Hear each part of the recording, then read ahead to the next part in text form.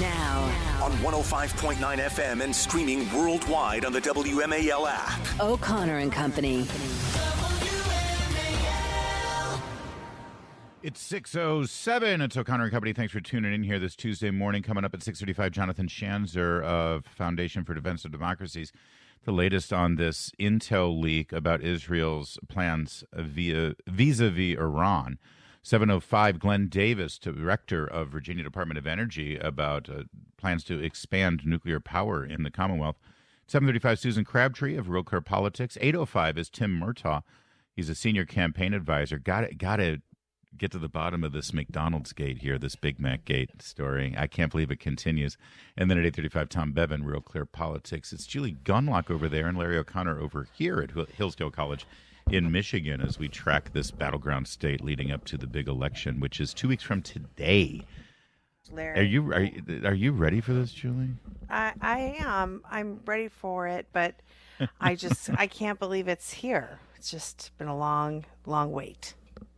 It has been. And let's be clear, voting's happening now, almost everywhere now. Thursday, I think, is when early voting in Maryland begins. Most states are now early voting, or states that have early voting have now triggered early voting. This would be the time to go out there. So, a lot of the die has been cast, as they like to say. And I just saw, Scott Pressler, who's been doing incredible work for the RNC, registering Republicans, specifically in the state of Pennsylvania. Well, his long effort up there is over because today is the deadline. No more registrations in the Commonwealth of Pennsylvania. So hopefully we can hook up with Scott and find out exactly. But it appears that he has been able to flip many of the counties to be majority Republican counties now with voter registration. That doesn't always translate into Election Day votes, but I will tell you this. All those new registrations, they don't show up in the polls. These polls that are show likely voters, how are likely voters going to vote? They qualify a likely voter as someone who has voted before. Did you vote in the last election? Did you vote in the primaries? Well, everybody that Scott Pressler's been registering as a new voter, they are not likely voters as far as the pollsters are concerned. But you think about it. You just registered because you went to a gun show and Scott Pressler was there, and you're now, registering to vote 3 weeks before the election. I got to think you're pretty motivated, right? Yeah. And so that's that hidden, just newly, freshly registered vote that has been dominated by Republicans in Pennsylvania. Well, and in Pennsylvania, Scott Pressler apparently reached out to the Amish community, which is significant in Pennsylvania, and got a bunch of that community registered. And this is a community that tends to not engage, but he was very effective in reaching out to that community. The tough thing, though, with those voters is, when you do a get out the vote effort in major urban centers and stuff, you can roll in buses and just load people up into buses and take them to the polling place. In Amish country, you got to have a whole line of horse and buggies.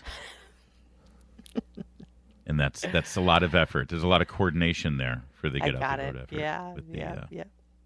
Maybe you do the voting at a barnstorming.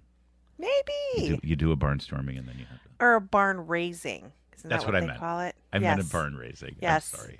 You've I only didn't seen know. You saw Most Witness. of my Amish jokes. Yes, comes Listen, from. I got a whole book of Amish jokes. I do, but I didn't have them at my fingertips. I didn't know you were taking us in this direction. Well, and most of them come from the movie Witness.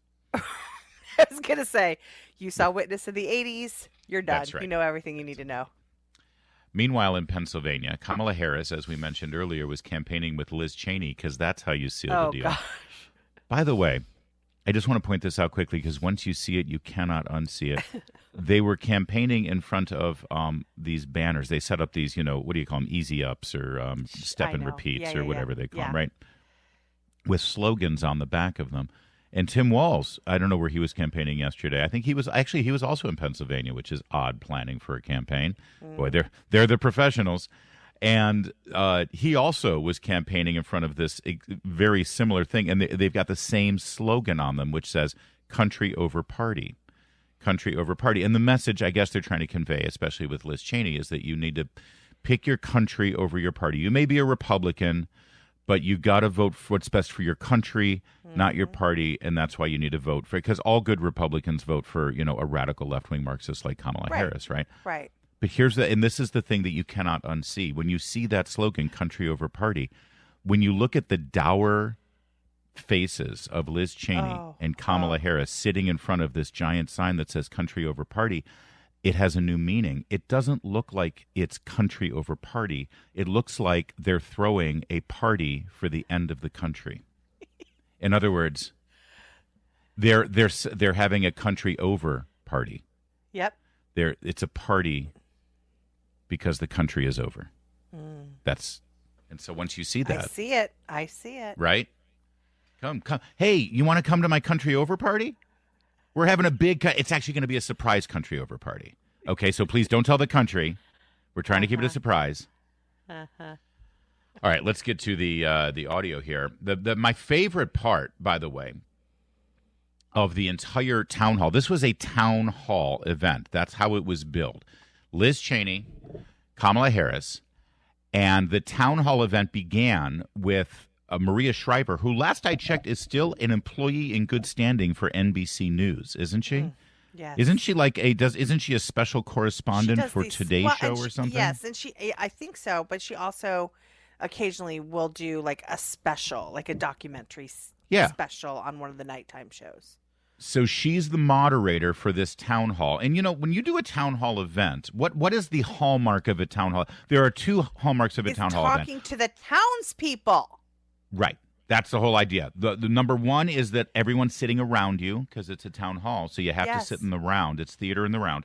And number two, you go out like Oprah with your microphone and you let people ask questions, and right? It's supposed to mimic going into a town. Everyone gathers and Open you talk mic. To them. And they That's answer. right. They ask questions. And they ask you questions. Okay, so here's Maria Shriver beginning this town hall event of Liz Cheney and Kamala Harris.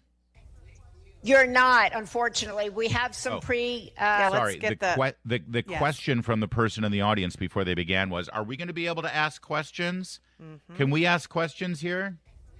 You're not, unfortunately. We have some predetermined questions, and hopefully I'll be able to ask some of the questions that might be in your head. I hope so. There you go. That's your because town hall. I'm just going to use my telepathy powers here and get into your head and ask questions like we have predetermined questions, and then I will go ahead and decide on your behalf what you care about. Because I'm Maria Shriver. I was born never having to work a day in my life because I'm a Kennedy. And then, to make matters even better for myself, I married a trillionaire movie star. Yep. Who then became governor of California and cheated on me with our nanny because, well, we have something in common. You and I have something in common. They do. That's our right. husbands both impregnated our babysitter. Although, in Arnold Schwarzenegger's case, it was the maid. And we know what happened to that baby. Yeah, at least we know that baby was allowed to live. Yeah, he's alive and well. Right. So let's start with cut 2 with Kamala and Liz Cheney in this. Oh, you know what? We'll get to it in a second. I'd spent so much time setting it up. Honestly, that went fast. Time flies when you're having fun. So we're going to get to and as we get into these questions and answers of Liz Cheney, who looks like she ate a whole package of fresh lemons before she sat down. And Kamala Harris in her signature brown UPS suit sitting there. It really does look like a country over party that they're celebrating here. And just remember that only 3 months ago, this whole campaign was about joy. It was all about the joy. Well, the joy is gone, my friends. And we'll get to it in a moment. 6:15 WMAL traffic and weather. Every 10 minutes first on the fives, it's Gemma Witten. WMAL. Making sense of the news. Live from the Home Paramount Pest Control Studios. Home Paramount, the leader in pest control since 1939. We have some predetermined questions, and hopefully I'll be able to ask some of the questions that might be in your head. I hope. The town hall event of Liz Cheney and Kamala Harris yesterday, literally a staged and scripted event. But, God forbid you serve French fries to people that aren't completely open to the public without Secret Service screening, because that's a staged event there. Let's get to some of this. Remember the old radio program here in, well, you won't remember it because we're a little young for it, but it was called The Joy Boys here in Washington, D.C., the morning show on another station, The Joy Boys. Not nearly as popular as Hardin and Weaver here on WMAL, but the joy. Kamala and Liz were hardly the joy boys there. There was no joy in this event. It was beyond sad and depressing. And here's a little taste of what it sounded like. We'll begin with cut 2. You talk a lot about a new way forward. You talk about turning the page. What's on the next page? Talk to us about... you want a preview? Yeah, give me a spoiler alert, Just tell us what's the rest of the chapter.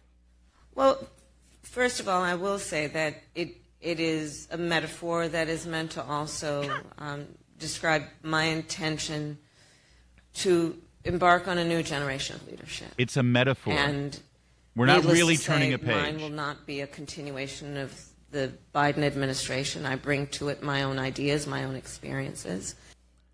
Wait, but she hasn't actually articulated any new experience or idea. In fact, she specifically said that she can't think of anything different than she would do than Joe Biden did. Right. So you can't really have it both ways. But I am glad she explained. She did explain, though, that it was a metaphor. We're not really literally turning a page, just so you know. Yeah. She also she had one of these awkward moments, cut 4 here, where she laughed very strangely. Now, I'll tell you, and I know this is a controversial topic for many of us, I love Gen Z. Because we have Gen Zs in our lives. We have kids who are Gen Zs. It can be complicated, I know. Yeah, okay. But here's Gen the Z. problem. I remember vividly, like a year or two ago, where she said this about Gen Z. Specific phase of life. Remember, age is more than a chronological fact. What else do we know about this population, 18 through 24? They are stupid. So I love them, but they are stupid. Like, she can't say anything without her having said the exact opposite 5 years Well, she doesn't believe in anything. I mean, it's from fracking to the Green New Deal to, the flip-flopping that this woman, even small things, like, I love Gen Z, which, by the way, What was that? The way she talked voice? Just there. That was so Yeah, weird. I will tell you, also, you said she laughed in a weird way. I have never seen anybody laugh so hard at their own jokes. She is really her own greatest fan. It's unbelievable. She'll say like the most sort of cringe, lame joke or, statement, and the laughter, the mouth, it's just remarkable what a kick she gets out of herself. Let's go to cut 6 here. Again, Kamala Harris with Liz Cheney talking. And this a lot, since Liz Cheney was there, I guess, was about foreign policy. And it's a very strange thing, this strategy. Again, I don't quite get it. But the strategy for Kamala Harris here in the final weeks of the campaign seemed to be vote for me because I agree with the Cheney worldview for foreign policy.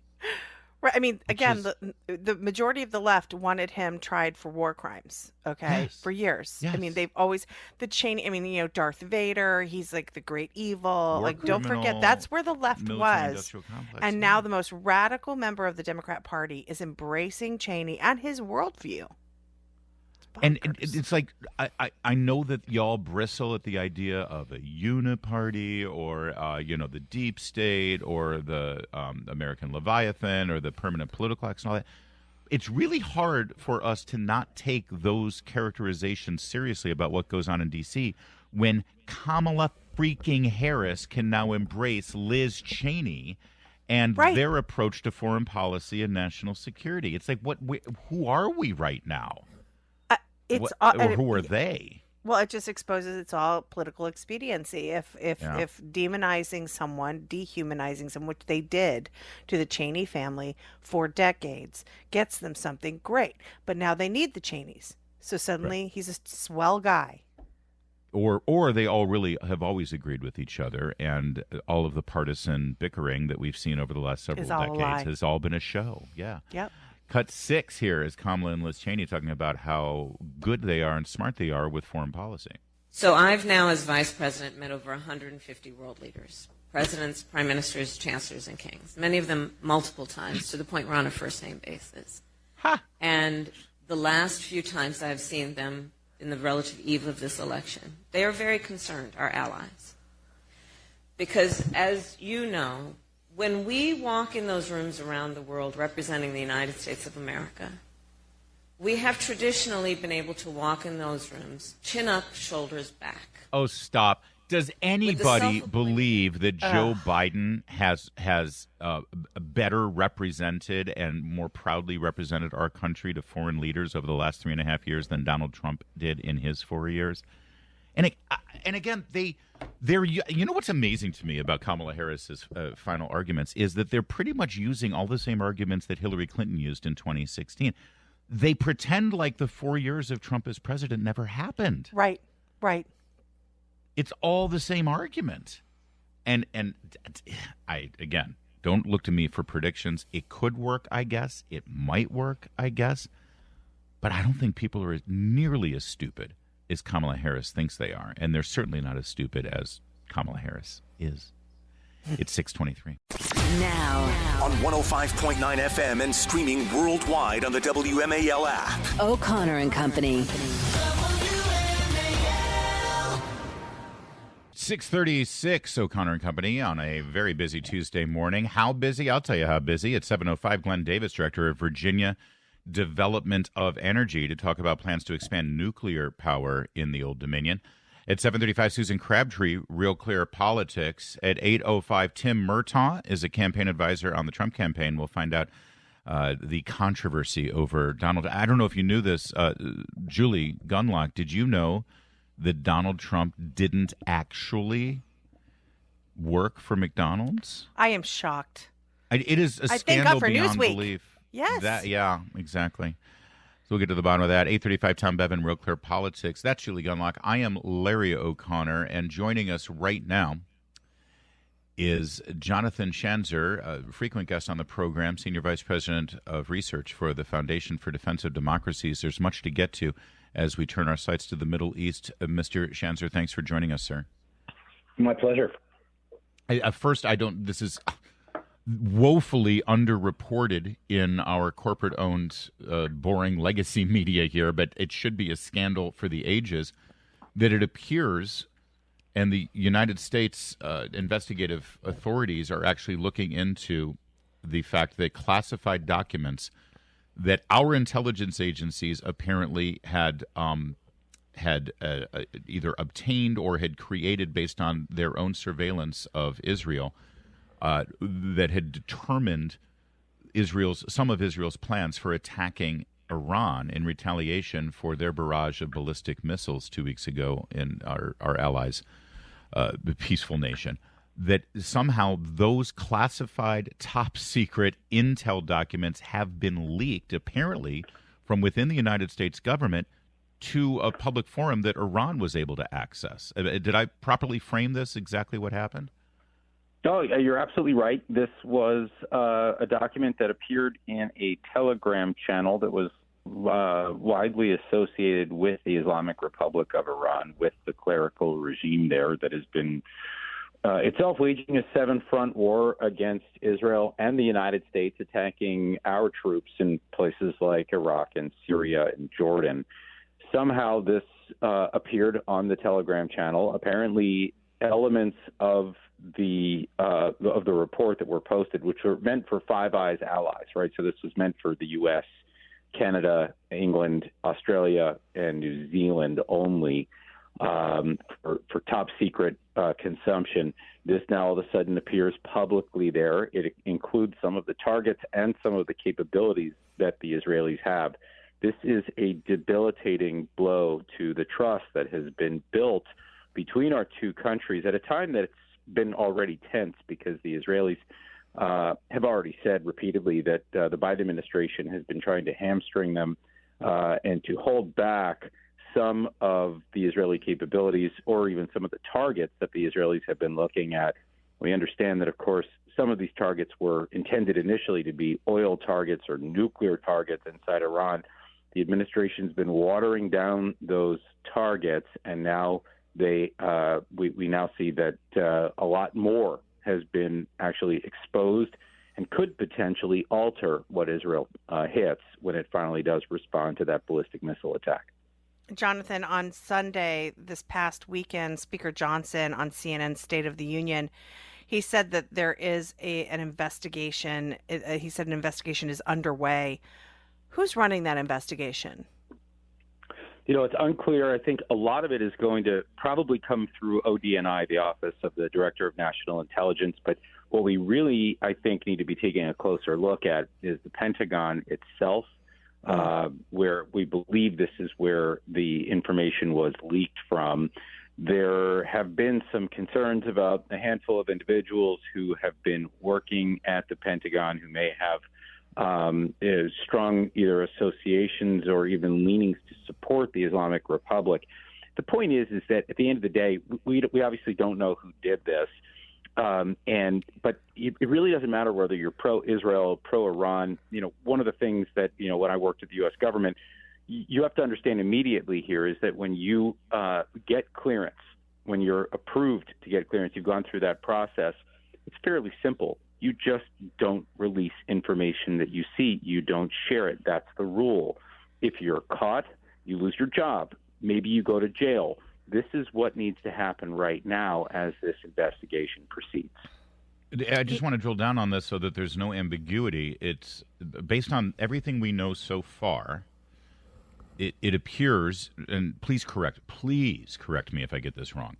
It appears that the assumption right now is that within the Pentagon, somebody leaked classified information, U.S. intelligence. Again, I want to make sure everyone realizes this is not Israeli intelligence that we obtained or that they provided us. This is our own product, U.S. intelligence that we created based on our surveillance of the situation. Somebody within the Pentagon leaked that to a public forum that was intended to inform the Iranian government of this pending attack. Is that what you're saying? I probably wouldn't describe it in any other way other than to just say this forum is consumed by lots of people, the information that appears on this Telegram channel. So it certainly was, I think, intended to, if nothing else, to thwart an Israeli attack. In other words, inform multiple people, including the government of Iran. Correct. I mean, eventually, if it gets out there, it's going to be consumed by lots of people, including the regime itself and those that were closely tied to it. So, I think the idea is that eventually it's going to get back there. But again, this did come, from what we understand, it came out of the Pentagon. That's the likely source of this. And it's exactly where you said. This is sources that came from within the Pentagon based on their assessments and probably their discussions with the Israelis about targets.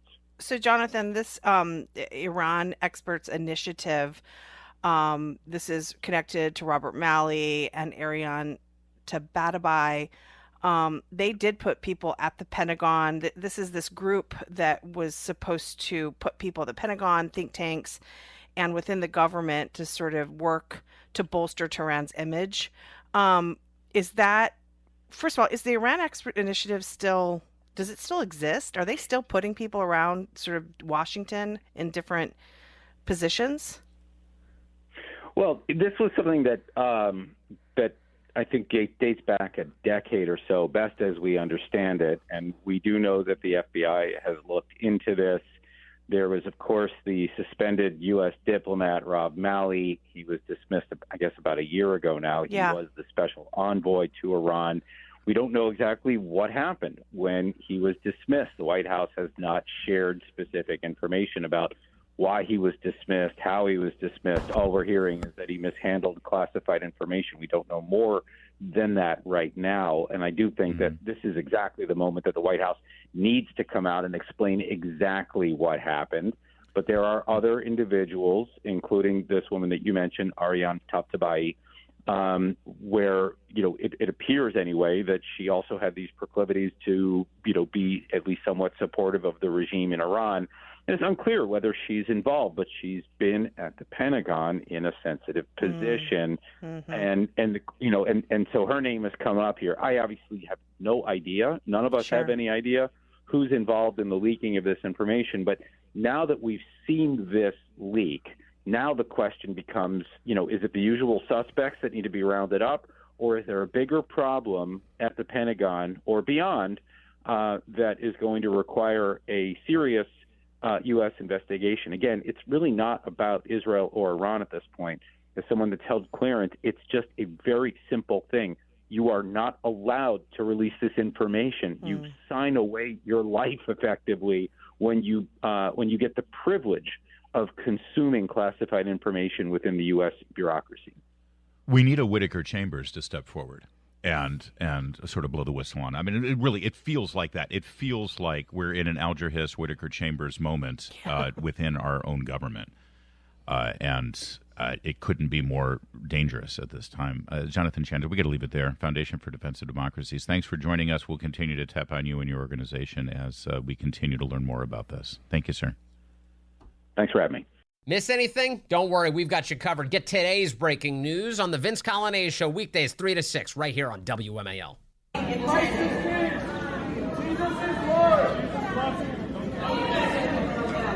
Oh, you guys are at the wrong rally. You remember that moment from over the weekend. We told you about it yesterday. Kamala Harris rally where she's talking about abortion. Someone in the crowd says, Christ is king, Jesus is Lord. And you heard Kamala Harris's response, oh, you guys are at the wrong rally. Of course, this comes just days after appearing with the Breakfast Club morning show, Charlemagne the God, which I'm still annoyed that you don't refer to me as Larry the God. But we'll deal with that with your renegotiation. You'll remember here in Cut 12 when Kamala tells Charlemagne the God and his predominantly African-American audience how Christian she is. I grew up in the black church. I grew up attending 23rd Avenue Church of God in Oakland, California. Yeah, she moved to Quebec when she was 7. So how many black churches are there in Montreal? That's fine. I went to Oakland. She grew up in Berkeley. All right, that's fine. Doesn't matter. Her true colors are seen at that moment. Oh, y'all are at the wrong rally if you're doing that whole Christ is King thing. Yeah, it is. And for those who say, oh, well, and it doesn't matter. J.D. Vance had a moment yesterday at a rally where somebody heckled him in the same way with the same message. Let's listen to what he did. Anti-Christian rhetoric and anti-Christian approach to public policy. I don't think we've, that's right, Jesus is king. And I don't think that we've seen...